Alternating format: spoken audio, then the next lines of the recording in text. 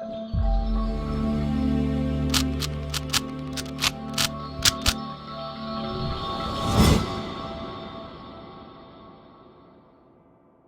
guys, welcome to Viva Classes. I hope you like my videos. If you like my videos, please like, share and subscribe and support our channel. चलिए आज हम आपके साथ discuss करेंगे probability chapter के previous year questions. तो देखिए मेरी एक रिक्वेस्ट है कि आप लोग एनसीईआरटी को जरूर करके जाइए। एनसीईआरटी के मिसलेनियस एग्जांपल्स और एक्सरसाइज बहुत इंपॉर्टेंट है, क्योंकि जैसा कि अभी मैंने यहाँ पर प्रीवियस ईयर क्वेश्चन इकट्ठे किए हैं तो मुझे ऐसा देखने में लगा है कि काफी क्वेश्चन ऐसे होते हैं जो एनसीईआरटी बेस्ड ही होते हैं, कंसेप्ट काफी एनसीईआरटी बेस्ड होता है। हाँ, सीबीएसई सैंपल पेपर में थोड़ा सा क्वेश्चन आपको टफ मिलेगा और सीबीएसई सैंपल पेपर के अकॉर्डिंग तो केस स्टडी भी आएगी और 1 मार्कर क्वेश्चंस भी आएंगे। तो प्रोबेबिलिटी चैप्टर को इग्नोर मत करिएगा, बहुत इंपॉर्टेंट चैप्टर है। तो चलिए फटाफट से देखते हैं 2025 के सीबीएसई सैंपल पेपर में क्या क्वेश्चन दिया हुआ है। तो आपके पास और भी क्वेश्चन है, बट मैंने कुछ ही क्वेश्चन पिक करे हैं जो मेरे हिसाब से थोड़े से अलग हो सकते हैं। A random variable X can take all non negative values and the probability that X take value R is proportional to 5 की पावर -r। अब ये प्रोपोर्शनल का मतलब क्या होता है? This is a sign of proportion, ठीक है ना। साइंस के अंदर हम लोग थोड़ा पढ़ते थे 9th 10th की साइंस में।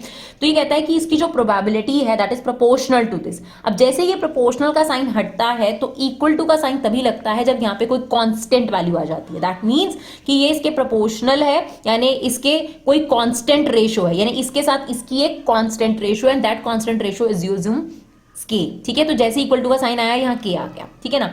अब हम यहाँ आर की वैल्यूज रखते जाएंगे और हमारे पास प्रोबेबिलिटीज निकलती जाएंगी। तो अगर हमने आर की वैल्यू 0 रखी तो ये आ जाएगा 5 की पावर 0 यानी 1, है ना। 5 की पावर 0 1 आ गया आपके पास, यानी सबसे पहला आ गया आपके पास एलिमेंट के। फिर हमने आर की वैल्यू 1 रखी तो ये प्रोबेबिलिटी आ गई, आर की वैल्यू 2 रखी तो ये प्रोबेबिलिटी आ गई, आर की वैल्यू 3 रखी तो ये प्रोबेबिलिटी आ गई। हमें नहीं पता ये कहां तक जाएगा, लेकिन इन सभी प्रोबेबिलिटीज का सम इतना कंफर्म है कि क्या होगा 1, ठीक है। अब आपने क्या किया, इसमें से k कॉमन ले लिया तो ये बचा 1 + 1/5 + 1/5 स्क्वायर प्लस 1/5 की power cube dash dash dash. ये एक फॉर्मूला बहुत इस्तेमाल होता है, ध्यान से समझना। ये मिसलेनियस के एग्जांपल्स में भी है, ये फॉर्मूला आपके पास यूज होता है। This is GP, infinite GP, infinite GP. उसे छोड़ो, आपको जीपी पता नहीं पता, बस याद रखना कि अगर कोई भी सीरीज खत्म नहीं हो रही तो एक बार चेक कर लो कि उनका कॉमन रेशो सेम होगा। देखो ये second term divided by first term करोगे तो 1/5 आएगा, third term divided by second term करोगे तो भी 1/5 आएगा। तो यहां पर ये वाला फॉर्मूला लग जाता है a/1 - r। तो k कॉमन ले लिया, a/1 - r। नाउ a क्या होता है? First term. फर्स्ट टर्म क्या आपकी 1, और r कैसे आ जाएगा? r आ जाएगा आपका second term divided by first term, यानी 1/5 डिवाइडेड बाय 1, यानी r की वैल्यू कितनी आ गई? 1/5। तो हमने सॉल्व करा तो ये आ जाएगा आपके पास ये 1/4/5, ठीक है। तो ये 5/4 हो गया, ये हम राइट साइड पे ले गए 4/5। तो ये रेसिप्रोकल होकर कितना आ गई? k की वैल्यू कितनी आ गई? 5/4, इतना आ गया। अब इसने आपसे क्वेश्चन में क्या मांगा था? क्वेश्चन में इसने कहा था कि मुझे प्रोबेबिलिटी निकालो x की वैल्यू <<3 होनी चाहिए, ठीक है ना, r की वैल्यू <3। तो यहां पर हमारे पास जो प्रोबेबिलिटीज हैं उसमें क्या क्या आ जाएगा <3 में, यानी हमें r की वैल्यू 0, 1 और 2 का सम चाहिए, क्योंकि <3 में प्रोबेबिलिटी क्या हो सकती है? तो r की वैल्यू 0 हो सकती है, 1 हो सकती है या 2 हो सकती है। तो 0 के केस में क्या था आपके पास प्रोबेबिलिटी? देखो ये 0 के केस में थी, ये 1 के केस में थी, ये 2 के केस में थी। तो बस हमने ये लिख ली और इसमें से k कॉमन ले लिया और k की वैल्यू हमने ऑलरेडी निकाल ली थी, वो हमने यहाँ पर पुट कर दी। चलिए देखते हैं अब लास्ट ईयर के क्वेश्चन। सबसे पहले 2015 से हमने शुरू किया है, 2015 से 2023 पर जाएंगे हम लोग। 2015 का क्वेश्चन है, an unbiased coin is tossed 4 times. कितनी बार आपने उसको टॉस करा? 4 बार। Find probability distribution the number of heads obtain. देखो इतनी बात पक्की है कि इसमें एक टेबल बनता है, प्रोबेबिलिटी डिस्ट्रीब्यूशन टेबल, ठीक है ना। अब जितनी बार आपने टॉस करा है एक्स की वैल्यू वहीं से एंड होगी, ठीक है ना, वहीं से शुरू होकर वहीं पे एंड हो जाएगी। 4 टाइम्स है ना, तो क्या हो सकता है? अगर आपने 4 बार एक कॉइन को टॉस करा और हेड ही सक्सेस है तो या तो हो सकता है एक बार भी हेड ना आया, एक बार हेड आया, 2 बार हेड आया, 3 बार हेड आया, 4 बार हेड आया। अब मुझे इनकी प्रोबेबिलिटी निकालनी है। तो सबसे पहले मैंने लिखा n कितनी बार है? 4 बार। सक्सेस, इसे p को बोलते सक्सेस और q बोलते फेलियर। तो एक कॉइन में ही लेना है आपने, 4 कॉइन में नहीं लेना। एक कॉइन में हेड आने के चांसेस होते हैं 1/2 और टेल आने के चांसेस हो गए 1/2। अब एक बार भी आपके पास हेड ना आए यानी 0, तो हम ऐसे बोलते हैं 4C0। ये जरूर याद रखना, ये आपके पास अरेंजमेंट करके रखता है तो ये जरूर आपको लिखना पड़ेगा, है ना। तो 4C0, एक बार भी सक्सेस नहीं आई तो सक्सेस की पावर 0 और फेलियर की पावर 4, यानी 4 बार आपको फेलियर मिला। अब 4C0 कितना होगा? 1, और किसी की पावर 0 कितना होता है? 1, और ये आ गया आपके पास 1/16। एक बार सक्सेस मिली, तो 4 में से एक बार सक्सेस मिली, तो सक्सेस की पावर 1 और फेलियर 3 बार मिला। जब 4 में से एक बार सक्सेस मिला तो फेलियर 3 बार मिला, तो 1/2 की पावर क्यूब। अब 4c1 कितना होता है 4, ध्यान रखना nc0 कितना होगा 1, nc1 कितना होगा n, ठीक है। तो 4c1 कितना हो जाएगा 4, और ये हमारा 1/16 था, तो ये हमारा 4/16 आ गया। फिर 2 बार सक्सेस मिली, तो 4c2 यानी सक्सेस की पावर 2 और फेलियर की पावर 2। अब 4c2 कैसे कैलकुलेट करेंगे, तो there is a formula factorial, आपके पास एनसीआर का फॉर्मूला होता है factorial N factorial R factorial N minus R. तो 4c2 का फॉर्मूला क्या खुलेगा, फैक्टोरियल 4 फैक्टोरियल 2, 4 में से 2 गया 2, है ना। अब ये खुल जाएगा 4 × 3, ये फैक्टोरियल 2 हो गया। अब ये फैक्टोरियल 2 से फैक्टोरियल 2 कट गया, और इसको आप लिख सकते हो 2 × 1। तो आप इसे कैलकुलेट करोगे तो इसकी वैल्यू कितनी आ गई 6, ठीक है ना। मैं आपको एक और शॉर्टकट छोटी सी चीज बताती हूँ, जैसे 4 और यहाँ 2 लिखा है, तो 4 को उल्टा 3 बार 2 बार ही खोलना, ठीक है, 2 स्टेप, ये आ गया 2 × 1, और यहाँ पे 2 × 1। जैसे फॉर एग्जांपल 5c2 है, ध्यान से समझना, 5 को 2 स्टेप उल्टा जाना, 5 और 4, और यहाँ पे लिख देना 2 × 1। तो ये भी इसका एक शॉर्ट ट्रिक यूज कर सकते हैं आप लोग। अब 4c2 की वैल्यू हमने निकाल दी थी 6, और ये तो 1/16 आ ही रहा है आपके पास, 3 बार सक्सेस, तो 4c3 सक्सेस की पावर 3 फेलियर की पावर 1, ठीक है। अब 4c3 की वैल्यू और 4c1 की वैल्यू एकदम सेम होगी, और मैंने आपको बताया nc1 की वैल्यू कितनी होती है n, तो 4c3 की वैल्यू भी कितनी होगी। और मैंने एक और चीज सिखाई आपको, जैसे 4c3 है ना, तो आप ये कह सकते हो कि इसको 3 स्टेप खोलना है, तो 4 3 2, और यहां पर आ जाएगा 3 2 1, तो ये इससे कट गया और हमारा आंसर कितना आ गया 4। आप ऐसे भी कर सकते हैं, ठीक है। उसके बाद 4c4, 4 बार सक्सेस आई, तो 4c4 सक्सेस की पावर 4 फेलियर की पावर 0, ठीक है ना, क्यू की पावर 0, तो इसका 1/16 हो गया। और NCN कितना होता है, NCN की वैल्यू भी 1 होती है, ठीक है ना। तो NC0 की वैल्यू 1, NCN की वैल्यू n यानी 4 हो गई, और इसकी वैल्यू हमारे पास 1 हो गई। इन दोनों की वैल्यू हमें कैलकुलेट करनी पड़ेगी, राइट। अब ये जो वैल्यूज हैं इन्हें हम यहाँ पे रख देते हैं, तो हमारा प्रोबेबिलिटी डिस्ट्रीब्यूशन टेबल तैयार हो गया। यानी 0 के चांसेस है 1/16, इसके चांसेस है 4/16, इसके चांसेस है 6/16, इसके चांसेस है 4/16, और इसके चांसेस है 1/16, राइट। चलिए देखते हैं नेक्स्ट क्वेश्चन। अब देखिए 2016 में क्वेश्चन आया हुआ है, और मिसलेनियस का एक एग्जांपल भी है, वो एग्जांपल इसी कंसेप्ट पे बेस्ड है, बिल्कुल इसी कंसेप्ट पे बेस्ड है। तो आप अगर आप एनसीईआरटी को अच्छे से करेंगे तो क्वेश्चंस में बहुत हद तक आपको हेल्प मिलेगी, राइट। तो कहता है A and B throw a pair of dice, तो वो दोनों के हाथ में एक पेयर ऑफ डाइस पकड़ाई गई और उनको कहा थ्रो करो ऑल्टरनेटिवली, एक के बाद एक। A wins the game if he gets a total of 7, यानी ए के जीतने के चांसेस तभी होंगे जब उसके पास जो पेयर ऑफ डाइस में टोटल 7 आ जाए। अब आपको पता है पेयर ऑफ डाइस में टोटल आउटकम्स कितने होते हैं, 36 आउटकम होते हैं, 1 1 1 2 1 3 से लेकर 6 6 तक, ठीक है। वो हम अभी नहीं बना रहे, अभी आप समझो उसको। A wins the game if he gets a total of 7 and B wins the game if he gets a total of 10, दोनों के अपने अलग अलग चांसेस हैं। If A start the game then find the probability that B wins. पहले काम करते हैं, ए के जीतने के चांसेस मैं आपके सामने बताती हूँ। ए के जीतने के चांसेस कितने हैं, अगर हम ए के जीतने के चांसेस बोले 7 पे टोटल, तो आप फर्स्ट वाली रो में चेक करोगे तो 1,6 पे 7 आ जाएगा, 2,5 पर आ जाएगा, 3,4 4,3 5,2 6,1, सिर्फ यही आउटकम हो सकते हैं जिनका सम कितना आएगा 7। तो टोटल आउटकम में पहले पता 36 है, तो इसके जीतने के चांसेस है 6/36, जिस सिंप्लीफाई करके मैंने लिख दिया 1/6। और बी कब जीत सकता है, जब टोटल 10 आए। तो 1 की रो में तो 1,6 लास्ट होता है, तो 10 वाले ऑप्शन हो सकते हैं 4,6 6,4 5,5 उन 36 आउटकम्स में। तो कितने आउटकम हो सकते हैं 3/36, सिंप्लीफाई करके आ गया 1/12। तो ए के जीतने के चांसेस है 1/6 और बी के जीतने के चांसेस है 1/12। अब इसने क्या बोला, ए ने गेम स्टार्ट करी और बी जीते।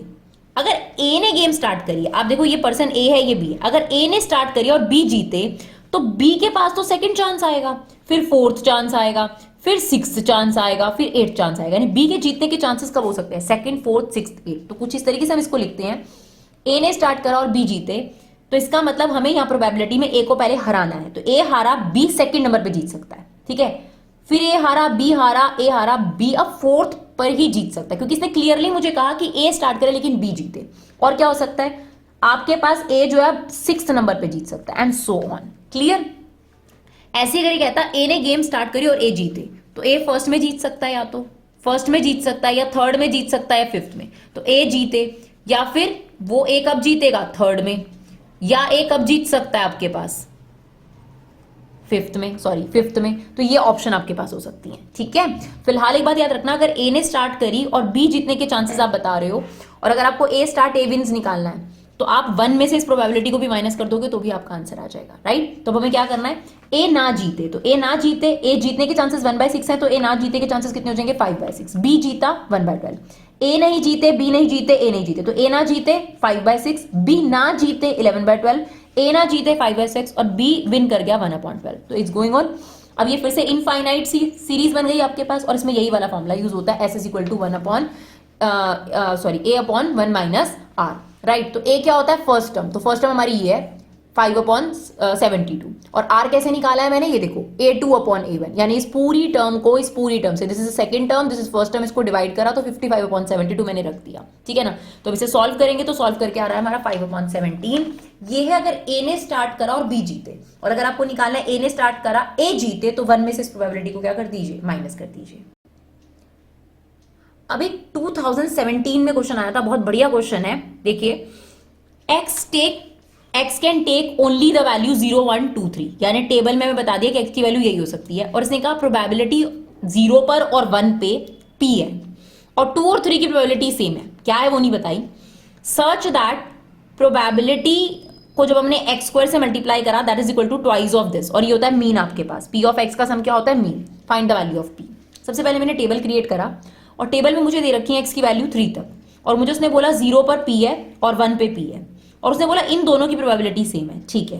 अच्छा एक बात पता है, इन सभी प्रोबेबिलिटीज का सम कितना होता है 1, ये बात हमेशा याद रखना, इन सभी प्रोबेबिलिटीज का सम कितना होगा 1। तो मैंने यही किया, मैंने लिखा 0 पे प्रोबेबिलिटी 1 2 3 सबका सम कितना होगा 1। इस पे मेरी प्रोबेबिलिटी कितनी है p, इस पे भी p है, इस पे मैंने लेट कर ली x और x क्योंकि दोनों इक्वल है, x इज इक्वल टू 1। तो अब मुझे x की प्रोबेबिलिटी निकालनी है, तो कैसे निकलेगी 2x 1 माइनस 2p, x की वैल्यू मेरे पास ये निकल कर आ गई मेरे पास x की वैल्यू।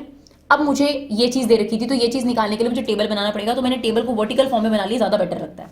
यहाँ मैंने x लिख दिया 0 1 2 3, यहाँ पे आ गया p और x की जगह कितना आ गया 1 माइनस 2p अपॉन में होल अपॉन में 2 और 1 माइनस 2p अपॉन में 2।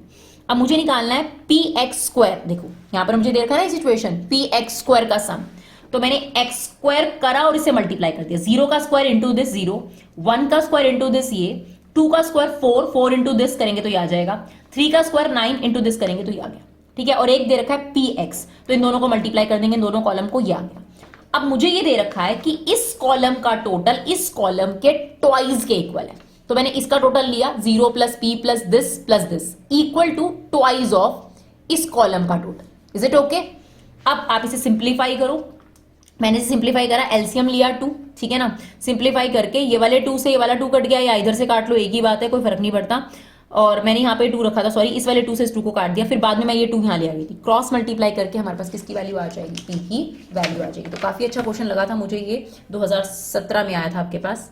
चलिए 2018 का क्वेश्चन देखते हैं। 2 numbers are selected at random, 2 numbers आपने लिए without replacement from first 5 positive integers, मतलब पहले 5 नंबर्स में से आपने कोई भी 2 नंबर सेलेक्ट करने हैं, पहले 5 पॉजिटिव नंबर्स में से। Let x denote the larger of the 2 number, obtain find the mean of x। तो मीन भी आपके पास निकालने को आ सकता है और वेरिएंस भी निकालने को आ सकता है, तो मीन भी बताएंगे, साथ में आपको वेरिएंस का थोड़ा सा गाइडेंस दे देंगे। फिलहाल इस वाले जो पेपर में क्वेश्चन आए हुए हैं, पेपर में ज्यादातर क्वेश्चन मीन तक ही सिंप्लीफाइड है, बट वेरिएंस भी पूछ सकता है आपसे। तो अब मैंने सबसे पहले तो ये देखा कि मुझे क्या टोटल सैंपल स्पेस में एलिमेंट्स मिल सकती है। तो अगर मुझे 2 नंबर्स लेने हैं और विदाउट रिप्लेसमेंट है, मतलब आपके पास 1 1 2 2 3 3 4 4 5 5 6 6 ये नहीं हो सकता, क्योंकि सेम नंबर्स नहीं आएंगे, विदाउट रिप्लेसमेंट है ना, दोबारा से यूज नहीं करना। तो हमारे पास ऑप्शन हो सकते हैं 1 वाली रो में 1 1 को छोड़कर 1 2 1 3 1 4 1 5, ठीक है। और 6 क्यों नहीं हो सकता, 1 6 क्यों नहीं हो सकता, क्योंकि 5 ही नंबर्स तक है, लास्ट कहां तक है, मतलब आपके पास टोटल नंबर कितने थे, ये इनमें से आपने 2 नंबर पिक करने हैं और एक लार्जर होना चाहिए। तो 1 2 1 3 1 4 1 5 हो सकता है, 2 1 2 3 2 4 2 5 हो सकता है, 3 1 3 2 3 3 सॉरी 3 4 3 5 हो सकता है, 4 1 4 2 4 3 4 5 हो सकता है। सिमिलरली तो हमारे पास टोटल आउटकम्स आ गए। अब उसने क्या बोला कि मुझे मीन निकालना है और मीन के लिए प्रोबेबिलिटी डिस्ट्रीब्यूशन टेबल जरूर बनता है। तो अब लार्जर क्या हो सकता है, इन दोनों में लार्जर 2 हो सकता है ना, या लार्जर 3 हो सकता है, 1 तो लार्जर किसी से भी नहीं है, तो 2 लार्जर हो सकता है, या 3 लार्जर हो सकता है, 4 या 5। तो x की वैल्यू ये हो गई। अब 2 लार्जर हो, ऐसे कितने ऑप्शन है इस 20 के अंदर, 2 लार्जर हो, एक तो ये ऑप्शन हो गया आपके पास, ठीक है, और एक ये ऑप्शन हो गया, तो 2/20 हो गया। 3 लार्जर हो, एक ये ऑप्शन हो गया, एक ये ऑप्शन हो गया, एक ये ऑप्शन हो गया, एक ये ऑप्शन हो गया, 4/20। ऐसे 4 लार्जर के 6/20 ऑप्शन है और ये 8/20। अब मीन निकालना है, तो मीन कैसे निकलता है, मीन आपके पास इस कॉलम को इससे मल्टीप्लाई कर दीजिए ना x इंटू पी, तो मैंने इन दोनों कॉलम को मल्टीप्लाई कर दिया। मल्टीप्लाई करके जो इसका टोटल होता है उसे म्यू भी बोलते हैं, एक्सपेक्टेशन भी बोलते हैं, और सिग्मा पी एक्स ये मीन है आपके पास। तो दिस इज, मैंने इसका टोटल करा तो ये आ गया 80/20 दैट इज इक्वल टू 4। और अगर आपको वेरिएंस निकालने को आए तो आपको क्या करना पड़ेगा, एक्स स्क्वायर इंटू पी, ये वाला जो कॉलम आएगा इसके टोटल में से आपके पास वेरिएंस का जो फॉर्मूला होगा वो होगा इसका टोटल, यानी sigma P x square minus जो अभी आपने मीन निकालना सीखा है उसका स्क्वायर, ये वेरिएंस होगा। और अगर स्टैंडर्ड डेविएशन बोल दे तो जो आपके पास वेरिएंस आया है उसका आपको क्या करना पड़ेगा, स्क्वायर रूट करना पड़ेगा, याद रखिएगा। चलिए देखते हैं नेक्स्ट क्वेश्चन। चलिए नेक्स्ट क्वेश्चन देखते हैं। Coin is biased so that head is 3 times as likely as tail. Occur find the probability distribution of number of tail, hence find the mean of the number of tails. ठीक है, coin is biased, biased मतलब होता है कुछ गड़बड़ है। Unbiased क्या होता है, जो ट्रू कॉइन्स होता है उसमें कोई दिक्कत नहीं होती। बाइज्ड कॉइन में चांसेस जो होते हैं किसी भी चीज के फेवरेबल होते हैं। तो उसने कहा head 3 times as likely as tail, तो वैसे कह सकती हूँ, वैसे हेड और टेल के चांसेस होते हैं 1:1, लेकिन यहाँ हेड 3 times है, यानी अगर टेल के चांसेस 1 है तो हेड के चांसेस 3 हैं। तो इसमें हम हेड की प्रोबेबिलिटी लिख सकते हैं 3/4, टोटल देखो 3/4 है ना, और प्रोबेबिलिटी ऑफ टेल कितनी हो जाएगी 1/4। यही इस क्वेश्चन का सबसे इंपॉर्टेंट पोर्शन है, बाकी कुछ नहीं है इस क्वेश्चन में, ठीक है ना। फिर तो हमें क्या निकालना है, find the distribution of number of tails. अगर आपने 3 बार थ्रो करा है, तो अगर आपने 3 बार थ्रो करा है तो एन क्या हो गया आपके पास 3, और टेल आपकी सक्सेस हो गई यानी पी हो गया 1/4, और फेलियर कौन हो गया आपके पास 3/4। बस अब जो टेबल है उसमें x की वैल्यू क्या हो सकती है, 0 1 2 3 तक आपके पास मैक्सिमम हो सकती है। 0 1 2, सॉरी यहाँ पर जो ये कॉइन है ये 2 बार टॉस किया गया है, सॉरी वो 3 times जो दे रखा था हमें हेड के चांसेस दे रखे, तो 2 बार आपने टॉस किया है, तो यहाँ पर हेड सॉरी टेल आने के चांसेस क्या हो सकते हैं, तो 0 बार टेल आएगा, 1 बार टेल आएगा, 2 बार टेल आएगा। तो 0 बार टेल आएगा तो उसमें क्या लिखोगे, देखो 2C0, एक बार भी टेल नहीं आया, एक बार टेल आया तो 2C1, और 2 बार टेल आया तो 2C2।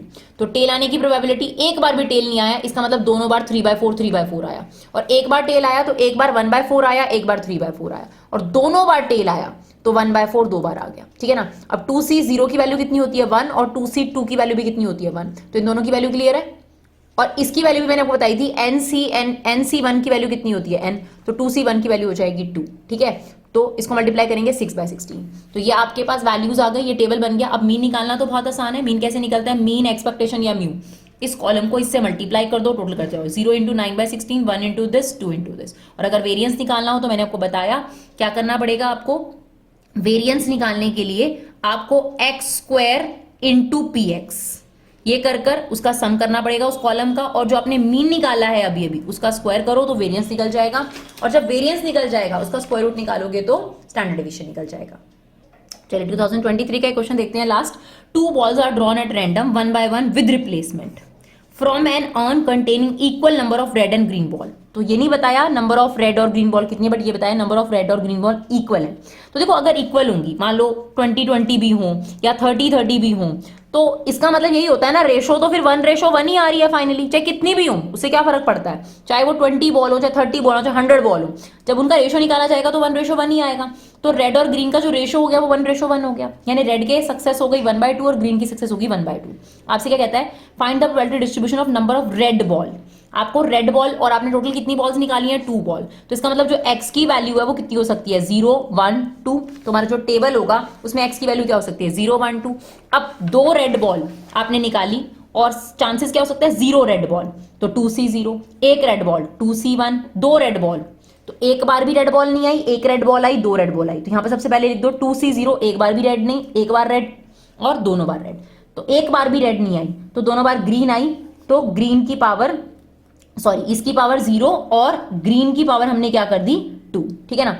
एक बार आपके पास रेड आई तो एक बार रेड में से ले ली, एक बार आपके पास ग्रीन आ गई, और दोनों बार रेड आ गई तो 1/2 इंटू 1/2। अब 2C0 की वैल्यू और 2C2 की वैल्यू कितनी होगी 1, और 2C1 की वैल्यू कितनी होगी 2, है ना। याद रखेंगे NC0 की वैल्यू और NCN की वैल्यू, दोनों की वैल्यू 1 होगी, और NC1 की वैल्यू कितनी होगी n। बाकी मैंने आपको फॉर्मूला बता दिया है, factorial n factorial r factorial n minus r। अब जब हमने x की वैल्यूज थी, प्रोबेबिलिटी निकाली, इनको मल्टीप्लाई करो और इसका जो टोटल होगा वो आपके पास क्या हो जाएगा मीन। तो 2/4 और 2/4 दैट इज 4/4, तो ये 1 आ जाएगा आपके पास मीन। क्लियर। तो ये कुछ क्वेश्चन हमने आपके पास 10 ईयर के लिए हैं। आप अपना सजेशन देते रहिए कि कौन से चैप्टर्स की आपको प्रीवियस ईयर क्वेश्चन चाहिए, हम उस अकॉर्डिंगली आपकी नीड्स के अकॉर्डिंग आपको जो है वीडियोस प्रोवाइड करेंगे। Thank you so much guys for love and support, keep supporting Vibha classes.